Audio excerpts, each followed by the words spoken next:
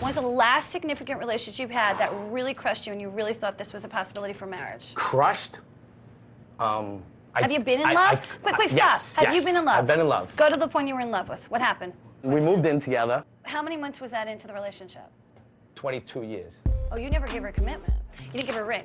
And let me tell you something. We all get... Well, she wasn't... Listen. She wouldn't agree to kids at that point. Should have never moved in the first place without getting kids. Well, I'm going through that right now. There was a TMZ report today with my ex-assistant, Chelsea, and she completely lied. I mean, I know what happened between us. I know that she wanted to be top dog. I fixed her up with her boyfriend. You know, did she thank me? No. Did I take her on vacation every year to expensive resorts and give her cash and buy her clothes and let her sleep in my bed, you know, during all the boy crisis? Who do you think coached her for 8 years? She didn't have a mommy in LA. I was her mommy. Her mother even thanked me.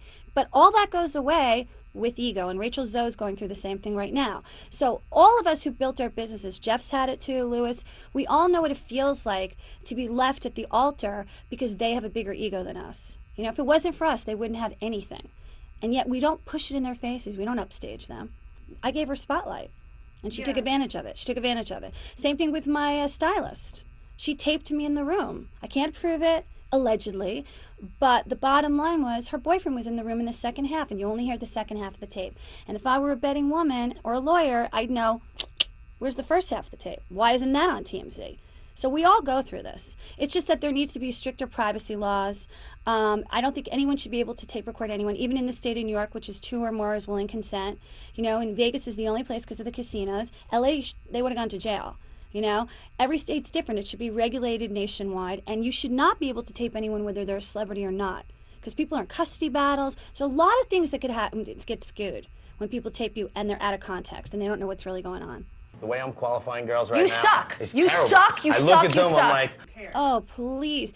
I let this person into my life. She set me up. She worked for me for 2 months on the show. She knew what to do that day. I was subbing for Joy Behar. It was the biggest break of my life in my career. Thank God, you know, that Joy gave me a shot.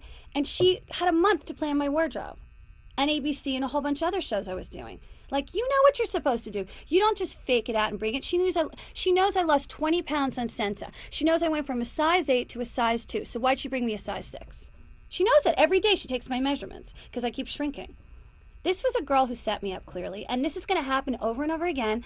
I just got to be really careful who I let in my space, make sure my NDAs are signed, my lawyer knows who they are, and just kind of take a breath and don't let them be so personally involved in my life.